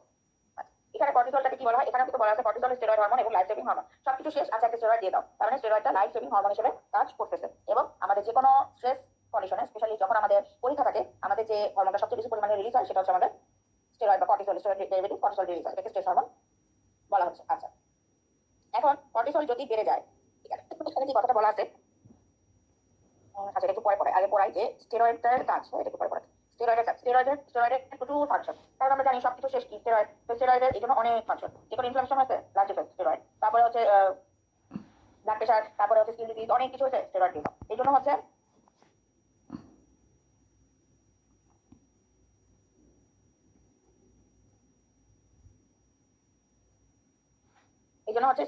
স্টেরয়েডের অনেক ফাংশন। প্রথম যদি বলি অ্যান্টি ইনফ্লামেটরি মানে কি? ইনফ্লামেশন হওয়ার জন্য যে প্রোস্টাগ্ল্যান্ডিন রিলিজ হওয়া দরকার, সেই প্রোস্টাগ্ল্যান্ডিন রিলিজ হওয়াটাকে ব্লক করবে। কিভাবে? সেল মেমব্রেন থেকে কি করে? ফসফোলিপিড থেকে আসে অ্যারাকিডনিক অ্যাসিড। সে কি করে? সে হচ্ছে ফসফোলাইপেজের মাধ্যমে অ্যারাকিডনিক অ্যাসিড তৈরি করে। এই ফসফোলাইপেজকে ইনফ্লুয়েন্স করা হচ্ছে লিপোকর্টিন। স্টেরয়েড কি করে? লিপোকর্টিনকে ব্লক করে দিচ্ছে প্রোস্টাগ্ল্যান্ডিন এবং হচ্ছে থ্রম্বোক্সিন A2 লিপোটিন কিছুই রিলিজ হতে পারতেছে না। এর ফলে কোনো ইনফ্লামেশনও হচ্ছে না। ইমিউনোসাপ্রেসিভ এর জন্য স্টেরয়েড যখন অনেক বেশি পরিমাণে দেওয়া হয়, একটা সময় গিয়ে পেশেন্ট কিন্তু ইমিউনোসাপ্রেস হয়ে যায়। ওকে, আচ্ছা, এখানে ইমিউনোসাপ্রেস কি? এই যে লিম্ফোব্লাস্ট সেল থেকে লিম্ফোসাইট হবে, সেখান থেকে টি সেল, বি সেল আসবে। এই জায়গাটায় কাজ করে হচ্ছে ইন্টারলিউকিন 2 এবং 12। স্টেরয়েড কি করে? এই জায়গাটাকে ব্লক করে দেয়। তারপরে ভেসোকনস্ট্রিকশনে হেল্প করতেছে, মানে ভেসোকনস্ট্রিকশন করতে ভেসেলে থাকে আলফা 1 রিসেপ্টর, স্টেরয়েড আলফা রিসেপ্টরের উপর কাজ করে। তখন কি হয়? তার ব্লাড প্রেশারটা বেড়ে যায়। তারপরে কি হয়? ওন হিলিংটাকে ডিলে করে। কিভাবে ডিলে করে? ফাইব্রোব্লাস্ট প্রলিফারেশনকে সে বাধা দিয়ে দিচ্ছে, এই জন্য ওন হিলিংটা ডিলেট হয়ে যাচ্ছে। তারপরে অ্যালার্জিক রিঅ্যাকশনকে বন্ধ করে দেয়। কিভাবে? মাসেলের কারণে ডিগ্রানুলেশন হয়, সেই ডিগ্রানুলেশন থেকে আমাদের অ্যালার্জিক রিঅ্যাকশন বের হয়, হিস্টামিন রিলিজ হয়। স্টেরয়েড এগুলো ব্লক করে দেয়, হিস্টামিন রিলিজ হতে পারে না, অ্যালার্জিক কোনো রিঅ্যাকশনও দেয় না। এখানে আবার একটু ছোট করে মেটাবলিজম রিলেটেড কথাবার্তা আছে, মেটাবলিজমটা আপনারা লেকচার থেকে দেখে নেবেন, এখানে সুন্দর করে লেখা নাই, আমি অনেক বিজিবি করে লিখছি, ডিটেইলে নিজেরা পড়বেন। আচ্ছা, তারপরে আসেন ক্যাটাবলিক ফাংশনের মধ্যে কি বলা হয়েছে? ক্যাটাবলিক ফাংশনের মধ্যে বলা হয়েছে যে বলে স্টেরয়েড কি করে? প্রোটিওলাইসিস করবে, লিপোলাইসিস করবে এবং গ্লুকোনিওজেনেসিস করবে। কিভাবে? কিসের মাধ্যমে? সে প্রোটিওলাইসিস করে সবকিছু ভেঙে দেয়। তাহলে স্টেরয়েড একটা ক্যাটাবলিক হরমোন। ওখানে থাইরয়েড পাইছি, একটা ক্যাটাবলিক হরমোন। গ্রোথ হরমোন পেয়েছিলাম, অ্যানাবলিক হরমোন। এবং প্যারাথাইরয়েড হরমোনের এরকম কোনো এক্সিস্ট নাই, এজন্য এটা ক্যাটাবলিক না, এটা অ্যানাবলিক না। যদি তাও আমরা বলতে চাই প্রিডমিনেন্টলি সে ক্যাটাবলিক হরমোন। আচ্ছা, তারপরে হচ্ছে লিপোলাইসিসের মাধ্যমে ফ্রি ফ্যাটি অ্যাসিড আসবে। আর এখানে প্রোটিওলাইসিসের মাধ্যমে কি হবে? প্রোটিনগুলো ভেঙে যাচ্ছে, মানে সেলে যে পরিমাণ আপটেক অ্যামাইনো অ্যাসিড আপটেক হওয়ার কথা, সেই পরিমাণ অ্যামাইনো অ্যাসিড আপটেক হচ্ছে না, সে ব্লাডে চলে আসছে। এরপরে নেগেটিভ নাইট্রোজেন ব্যালেন্স হবে। লাইপোলাইসিসের মাধ্যমে ফ্রি ফ্যাটি অ্যাসিড আসবে, সেই ফ্রি ফ্যাটি অ্যাসিড গ্লুকোনিওজেনেসিসের মাধ্যমে। গ্লুকোনিওজেনেসিস মানেই হচ্ছে যে গ্লুকোজ ছাড়া অন্য যে কোনো কিছু সরি হ্যাঁ, গ্লুকোজ তৈরি করার জন্য অন্য যে কোনো সাবস্টেন্স যখন ইউজ করে তখনই হচ্ছে এটাকে বলা হয় গ্লুকোনিওজেনেসিস। এরপর কি হবে? ব্লাড গ্লুকোজ বাড়বে, ডায়াবেটিস হবে। তার মানে স্টেরয়েড যদি তাকে বেশি দেওয়া হয়, তার ডায়াবেটিস ডেভেলপ করতে পারে। স্টেরয়েড দেওয়া হলে হাইড্রোক্লোরিক অ্যাসিড সিক্রেশন লেভেলটা বেড়ে যায়। হাইড্রোক্লোরিক অ্যাসিড সিক্রেশন লেভেলটা কেন বেড়ে যায়? কারণ ওইখানে প্রোস্টাগ্ল্যান্ডিন আমরা যারা গ্যাস্ট্রিক সিস্টেম করে আসছি তারা জানি প্রোস্টাগ্ল্যান্ডিন হচ্ছে কি করে? সিক্রেশন করতে হেল্প করে হাইড্রোক্লোরিক অ্যাসিড। যখন প্রোস্টাগ্ল্যান্ডিন সিক্রেশনটা কমে যাবে, তখন হচ্ছে কি হাইড্রোক্লোরিক অ্যাসিড সিক্রেশনটাকে বাড়ায় দিচ্ছে, স্টেরয়েড ব্লক করে দেয়। এর ফলে এই কারণে স্টেরয়েড দিলে সবসময় পিপিআই দিতে হয়। এরপর একবার মনে হয় আমার একটা রিলেটিভেরও হয়েছিল যে বেশ হাই ডোজের একটা অ্যান্টিঅক্সিডেন্ট ছিল স্টেরয়েডের সাথে। তখন আমি স্টেরয়েডের সাথে অ্যান্টিঅক্সিডেন্ট দিতে ডাক্তার মানে বুঝতে পারতেছিলাম না। পরবর্তীতে গিয়ে মাথা হিট করছে, আসলে কথা পেপটিক আলসার প্রিভেন্ট করার জন্য এটা দেওয়া হয়েছে। তারপরে বলা হয়েছে স্টেরয়েডের অস্টিওব্লাস্টিক অ্যাক্টিভিটিটা কম হয় এবং অস্টিওক্লাস্টিক অ্যাক্টিভিটিটা বেশি হয়, তার মানে বোন ফর্মেশন কম হবে, ক্যালসিয়াম এক্সক্রিশনটা বেশি হবে। আচ্ছা, তারপরে কি করে? সে ব্রঙ্কোকনস্ট্রিকশন করে, মিনারেলোকর্টিকয়েড অ্যালডোস্টেরনের মতো কিছু অ্যাক্টিভিটি আছে, যার ফলে ব্লাড প্রেশার বেড়ে যাচ্ছে। তারপরে সেলের ব্লাডের মধ্যে সেলগুলোকে বাড়ায় দিচ্ছে, এটাকে পেন দিয়ে বলা হয় ব্লাড লেগ ইলেকট্রোসাইট নিউট্রোফিল। এই সেলের সংখ্যা বাড়ায় দেয়। এরপর আছে permissive action, this is very much important. Permissive action মানে হচ্ছে এই যে গ্লুকাগন, এই যে ক্যাটেকোলামাইন, তাদের যে ফাংশনগুলো ক্যালোরিজেনিক, লাইপোলাইটিক, প্রেসর, ব্রঙ্কোডাইলেশন, এই অ্যাক্টিভিটিগুলোকে সে ইনহ্যান্স করে, মানে সে আরো বেশি মডুলেটর হিসেবে কাজ করে। মানে গ্লুকাগন যতটুকু ক্যালোরি জমা ছিল এর চেয়ে বেশি পরিমাণ জমাতে হেল্প করে, তখন এটা ডায়াবেটিসটা ডেভেলপ করে। আচ্ছা, এবার আসেন কর্টিসলের রেগুলেশন। কর্টিসল যদি বেড়ে যায় সেটা কি কারণে বাড়তে পারে? একটা হচ্ছে সেলফ, একটা নন সেলফ।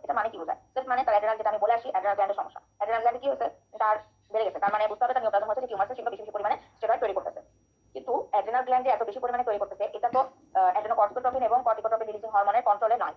সে তারা যেটুকু 3 মিলিগ্রাম করে দেওয়ার কথা সেটা 3 মিলিগ্রাম করেই দিচ্ছে, কিন্তু কর্টিসল রিলিজ হচ্ছে অনেক বেশি। কেন? কারণ তার তো সেলের সংখ্যা অনেক বেড়ে গেছে, সে 3 মিলিগ্রামের দিকে তাকাচ্ছে না, সে শুধু সেল বাড়তেছে আর রিলিজ বাড়তেছে। সেই তুলনায় তখন সিআরএইচ এবং এসিটিএইচ কমে যাচ্ছে, কিন্তু কর্টিসল বেড়ে যাচ্ছে। আবার হতে পারে পিটুইটারিতে সমস্যা, হাইপোথ্যালামাসের সমস্যা। এটা আমি অলরেডি বলে ফেলছি, শর্টে বলে ফেলছি, এটা আপনারা নিজেরা অ্যানালাইসিস করে এরকম একটা ফ্লোচার্ট বের করবেন। আমি যেটা বলবো সেটা হচ্ছে এখন বেড়ে গেলে কি হয়, কমে গেলে কি হয়। প্রথমে দেখা বেড়ে গেলে কি হয়, এই যে বেড়ে গেল কুশিং সিনড্রোম। কুশিং সিনড্রোমে কি হচ্ছে, রিসেস অ্যাড্রেনাল গ্ল্যান্ডের সমস্যা, এসিটিএইচ সিআরএইচ কোনো সমস্যা নেই, কর্টিসল বেড়ে গেছে। এবার আমরা এতক্ষণ যে এই কর্টিসলের ফাংশনগুলো করছিলাম সেই সব কিছুর অ্যাক্টিভিটি বেড়ে যাবে। হাইপারগ্লাইসেমিয়া হবে, প্রেসার বেড়ে যাবে, অস্টিওপোরোটিক অ্যাক্টিভিটি বেড়ে যাবে, হিলিং দেরিতে হবে, ইনফেকশন বেশি হবে, কর্টিসলের বেশি পরিমাণ তৈরি হচ্ছে, বেশি পরিমাণ ইউরিনারি এক্সক্রিশন হবে, ক্যাটারেক্ট হবে, স্কিনটা অনেক বেশি থিন হয়ে যাবে। তারপরে যে স্ট্রায়া পাওয়া যাবে, স্ট্রায়া নিয়ে প্রচুর মানে পুরো শরীর জুড়ে একদম মানে কি বলে মাকড়সার জালের মতো দাগ পাওয়া যায়। স্পেশালি পেটের দিকে আর অনেক বেশি পায়ের দিকে আর অনেক বেশি পাওয়া যায়। তারপরে হচ্ছে বাফেলো হাম পাওয়া যাবে, মাসেল ওয়াস্টিং মানে অনেক বেশি পরিমাণে যেহেতু অস্টিওপোরোসিস হচ্ছে, প্রোটিওলাইসিস হচ্ছে, তাহলে তার মাসেল ওয়াস্টিং হবে। পেটটা যেহেতু বড় হয়ে যাবে এই কারণে হচ্ছে সেন্ট্রাল অবেসিটি দেখা যাবে। এবং অনেকেই আছে স্টেরয়েড খায়, খেয়ে মোটা হওয়ার জন্য স্টেরয়েড খায়, বাট এটা যে সাইড এফেক্ট কত মারাত্মক, তখন ওষুধ ছেড়ে দিয়েও সেটাকে আর কন্ট্রোল করা যায় না। এই গেল হচ্ছে কুশিং সিনড্রোম, এটা হচ্ছে বেড়ে গেলে। এবার আসলে কমে গেলে কি হবে, এই যে অ্যাডিসনস ডিজিজ যদি হয় তাহলে তার কমে যাবে, এসিটিএইচ কমে যাবে, কর্টিসল কমে যাবে এবং হচ্ছে অ্যান্ড্রোজেন কমে যাবে। এখানে একটা ব্যাপার আছে, একটা হচ্ছে অ্যাডিসনস ডিজিজ আর একটা আছে হচ্ছে অ্যাডিসন ডিজিজ, একটা আছে হচ্ছে সরি ওটা কুশিং সিনড্রোম আর কুশিং ডিজিজ। কুশিং সিনড্রোম যেটা সেটা হচ্ছে শুধু যদি অ্যাড্রেনাল গ্ল্যান্ডের সমস্যা হয়, আর কুশিং ডিজিজ তখন ডিজিজটা কি, ডিজিজটা হচ্ছে সবকিছু যদি কমে যায়। আর অ্যাডিসন ডিজিজ থেকে অ্যাডিসন ডিজিজটা হচ্ছে কর্টিসলটা কমে গেছে, বাকিগুলো বেড়ে যাচ্ছে। তখন স্বাভাবিকভাবে কর্টিসল কমে গেলে সেই কর্টিসলের ফাংশন তার উল্টা জিনিসগুলো হবে, hypotension, hypoglycaemia, weight loss, calcium level বেড়ে যাচ্ছে, হেমাটোক্রিট বেড়ে যাচ্ছে। ওই যে আমরা উল্টাটা পড়ছি, তাহলে হেমাটোক্রিট বেড়ে যাবে, তারপরে ব্লাড ইউরিয়া বেড়ে যাবে, ডায়রিয়া হবে। এইগুলো হচ্ছে নরমাল যে কমে যাওয়ার কারণে যে জিনিস। যেমন ক্যালসিয়াম কমে গেলে স্বাভাবিকভাবে তার বডি উইকনেস আসবে, তারপরে হচ্ছে তার ম্যালাইজ হবে, তার ভমিটিং টেন্ডেন্সি হবে, টিটানি হবে, এগুলো সবকিছুই আসবে। তারপরে অ্যান্ড্রোজেন কমে গেলে কি হবে, অ্যালডোস্টেরন যেহেতু একটা মিনারেল ইফেক্ট আছে, তাহলে তার প্রেসার কমে যাবে, ওয়াটার রিঅ্যাবজর্পশন, সোডিয়াম রিঅ্যাবজর্পশন কমে যাবে, পটাশিয়াম হাইড্রোজেন এক্সক্রিশনটা বেড়ে যাবে, মেটাবলিক অ্যাসিডোসিস ডেভেলপ করবে, অ্যান্ড্রোজেনের পরিমাণ কমে গেলে গাইনোকোমাসিয়া হবে, স্পাইডার নেভি পাবো, এক্সিলারি হেয়ার, পিউবিক হেয়ার গুলো অনেক বেশি পরিমাণে তৈরি হবে, এইগুলো। আচ্ছা, এই যেখানে বলা হয়েছে ব্লাড ভলিউম মেইনটেইন করে হচ্ছে অ্যালডোস্টেরন। এবার আসেন অ্যালডোস্টেরনের কথাবার্তা। অ্যালডোস্টেরনের ক্ষেত্রে কি আসবে, যেমন ওই যে একটা ফ্যাসিকুলারটাতে যদি কোনো ধরনের কোনো সমস্যা হয় তাহলেও কিন্তু আমার ঠিকই প্রাইমারি অ্যালডোস্টেরন হবে। কিন্তু যদি সেকেন্ডারি হয়, সেকেন্ডারি বলতে কি বোঝাচ্ছে, সেকেন্ডারি বলতে আসলে কি বোঝায়, সেকেন্ডারি বলতে বোঝাচ্ছে যেমন কি হচ্ছে, এই যে রেনালে আমাদের যে অ্যাবজর্পশন গুলো হচ্ছিল, তাহলে রেনাল সিস্টেম কোন একটা কারণে যদি হ্যাপার হয়, হতে পারে সেটা রেনাল টিউমার, হতে পারে সেটা রেনাল স্টেনোসিস, হতে পারে হচ্ছে রেনাল পারফিউশনটা কমে গেছে। এই যদি কারণগুলো হয় সেটাকে বলা হচ্ছে সেকেন্ডারি হাইপার অ্যালডোস্টেরনিজম। এই হাইপার অ্যালডোস্টেরনিজমের কারণে কি হবে, ফলস ডিজিজ হবে। ফলস ডিজিজ হলে কি হবে, সোডিয়াম বেড়ে যাবে, পটাশিয়াম কমবে, হাইড্রোজেন কমবে এবং মেটাবলিক অ্যালকালোসিস হবে, অ্যাসিডিক ইউরিন হবে।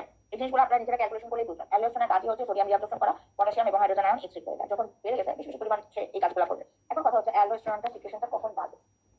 একটা হচ্ছে কিছু আছে যে প্রাইমারি, যদি আমি কজ চিন্তা করি যে জিএফ ফ্যাসিকুলারটাতে কোনো সমস্যা, এটা হচ্ছে কি, এটা হচ্ছে ডিজিজ কন্ডিশন। আর যদি আমি ফিজিওলজিক্যালি রেগুলেশনের মাধ্যমে চিন্তা করি তাহলে কি হতে পারে, এসিটিএইচ এর সংখ্যা, এসিটিএইচ এর রেজিস্ট যদি বেড়ে যায়, রেনিন সিক্রেশন যদি বেড়ে যায়, কারণ রেনিন অ্যাডজর্পশন সিস্টেম দিয়ে আমাদের টোটাল জিনিসটা কন্ট্রোল হচ্ছে। যদি ব্লাডে হাইপারক্যালেমিয়া পাওয়া যায়, যদি ব্লাড অ্যাসিডোসিস ডেভেলপ করে, যদি সোডিয়ামের পরিমাণ অনেক কমে যায়, যেমন 135 টু 145, এখন সোডিয়াম করতে করতে 50 নিচে চলে আসলো, 50 নিচে চলে আসলো, তখন কি হবে, তখন আমাদের অ্যালডোস্টেরন সিক্রেশনটা বেড়ে যাবে।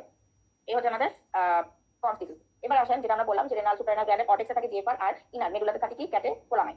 এই ক্যাটেকোলামাইনের পার্থক্য, ক্যাটেকোলামাইন কি আছে, এপিনেফ্রিন, নন এপিনেফ্রিন। এটা হচ্ছে আমাদের নার্ভাস সিস্টেমের একটা পার্ট। নার্ভাস সিস্টেমেও কিন্তু এপিনেফ্রিন, নন এপিনেফ্রিন খুব ভালো মতো পড়ানো হয়, অথবা আপনি যদি ফার্মাকোলজিতে যান তখন এটা খুব ভালো করে পড়তে হয়। এটা জানতে হবে এই জন্য যে এপিনেফ্রিনের কিছু কাজ আছে যে সে স্পেসিফিক ওই কাজটাই করে। তার মানে এপিনেফ্রিনের মেইন প্রিডমিনেন্টলি সে মেটাবলিক ইফেক্ট করে, আর নন এপিনেফ্রিন হচ্ছে মেইনলি এটাকে কি বলে, মেটাবলিক ইফেক্টটা কম, আবার তার হার্টের ইফেক্টটাও কম। এপিনেফ্রিনের হার্টের ইফেক্টটাও বেশি, মেটাবলিক ইফেক্টটাও তার বেশি, এবং সে বিটা রিসেপ্টরের প্রতি মোর অ্যাফিনিটি শো করে। তার মানে এটা না তার আলফা রিসেপ্টরের উপর বা ভেসোকনস্ট্রিকশন করে না, অথবা হচ্ছে তার কিডনিতে যে রিসেপ্টর থাকে সেটার উপর কোনো কাজ করে না, শুধুমাত্র হার্টের উপরে কাজ করে, ব্যাপারটা এরকম না। প্রিডমিনেন্ট মানে মোস্টলি বিটা রিসেপ্টরের উপর। যেহেতু বিটা রিসেপ্টর হার্টের উপরে কাজ করে, তাহলে হার্টের ফোর্স অফ কন্ট্রাকশন অনেক বেশি থাকবে।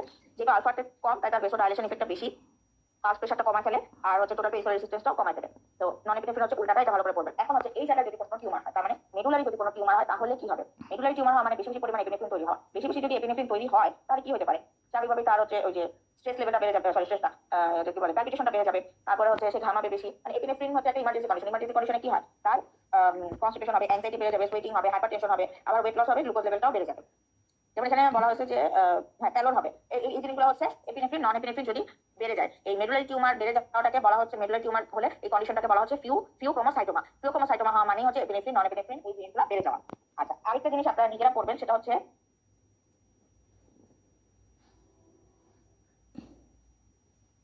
প্রেগন্যান্সির ফার্স্ট ট্রাইমেস্টার, সেকেন্ড ট্রাইমেস্টার এবং থার্ড ট্রাইমেস্টারে হরমোনাল চেঞ্জ গুলো কি? হরমোনাল চেঞ্জ বলতে ইস্ট্রোজেন, প্রোজেস্টেরন, টেস্টোস্টেরন, তারপরে আদার্স এই যে হরমোন, থাইরয়েড, কখন কোন জিনিসটা চেঞ্জ হয়, চেঞ্জ হয় মানে কোন ট্রাইমেস্টারে এসে এই হরমোনটা বেড়ে যাচ্ছে, কোন ট্রাইমেস্টারে কমে যাচ্ছে, এবং কমে যাওয়া বেড়ে যাওয়ার সাথে কি ইফেক্টটা পড়তেছে এটা আপনারা নিজেরা দেখবেন। এটা কিন্তু পরীক্ষা এখন আসে, কারণ জানে আমরা এই ধরনের জিনিসগুলো কম করি। ল্যাকটেশনের ক্ষেত্রে প্রোল্যাকটিন, অক্সিটোসিন সব কিছু আসবে, প্রেগন্যান্সি রিলেটেড যত হরমোন আছে সব কিছু আসবে, এবং এই হরমোনগুলো কখন অ্যাক্টিভ হয়, কখন বেড়ে যাচ্ছে, সেকেন্ড ট্রাইমেস্টারে বাড়তেছে না থার্ড ট্রাইমেস্টারে বাড়তেছে, এগুলো কিন্তু আপনাদেরকে করতে হবে, ঠিক আছে?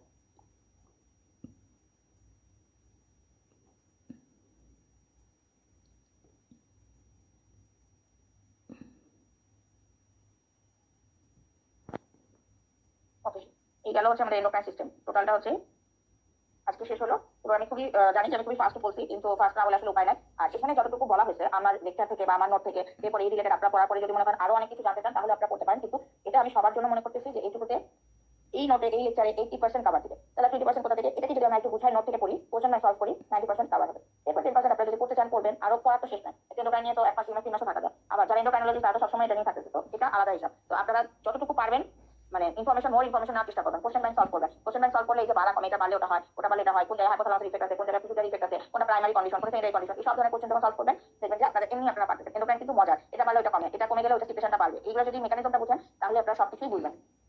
আর হচ্ছে রডি বইটা পড়বেন, রডি বই থেকেও কিন্তু কোশ্চেন আসে, তো রডি বইটাও পড়বেন। আমি এটা সবসময় বলি যে রডি বইটা পড়তে। ওকে, তাহলে সবাই ভালো থাকবেন। আর এন্ডোক্রাইনটা খুব ভালো করে পড়বেন, ব্লাড এন্ডোক্রাইন ব্লাড খুব ভালো করে পড়বেন। আমরা অনেক সময় বলতে পারি যে ব্লাড এন্ডোক্রাইন কোশ্চেন আসতে করতে জানি ফিজিওলজি থেকে কি কোশ্চেন করছে, এটা ইম্পর্টেন্ট আছে ফিজিওলজি থেকে কি কোশ্চেন করছে, দেখবেন যে পুরো প্যাকেজে কি কোশ্চেন ওরা দিয়েই দেয়, আমরা হয়তো ধরতে পারি না। তো এই জন্য ভালো করে পড়তে হবে। আর কোশ্চেন ব্যাংক সলভের কোনো বিকল্প নাই, যদিও আস্তে আস্তে কোশ্চেন প্যাটার্ন অনেক চেঞ্জ হচ্ছে। আগে কোশ্চেন ব্যাংক সলভ করলে 60% কমন করে যেত, এখন কমন করে না। তাহলে প্র্যাকটিস বন্ধ করা যাবে না, আমাকে হাত চালু রাখতে হবে। হুট করে যাই আমি নতুন কোশ্চেনে বুঝবো না, নতুন কোশ্চেন সম্পর্কে আমার আইডিয়া হবে না। এই জন্য আমাদের কোশ্চেন ব্যাংক সলভ করতে হবে। কোশ্চেন ব্যাংক সলভ করে যে কোশ্চেনটা নতুন লাগবে সেটার জন্য পড়তে হবে, পড়ে লিখতে হবে, লিখে নোট করে রাখতে হবে, যাতে করে আমি আর কখনো ওই জিনিসটা সম্পর্কে আরবার বই তুলে ডিটেল করতে না হয়। এটা হচ্ছে পড়ার উপায়। ওকে, সবাই ভালো থাকবেন। আসসালামু আলাইকুম।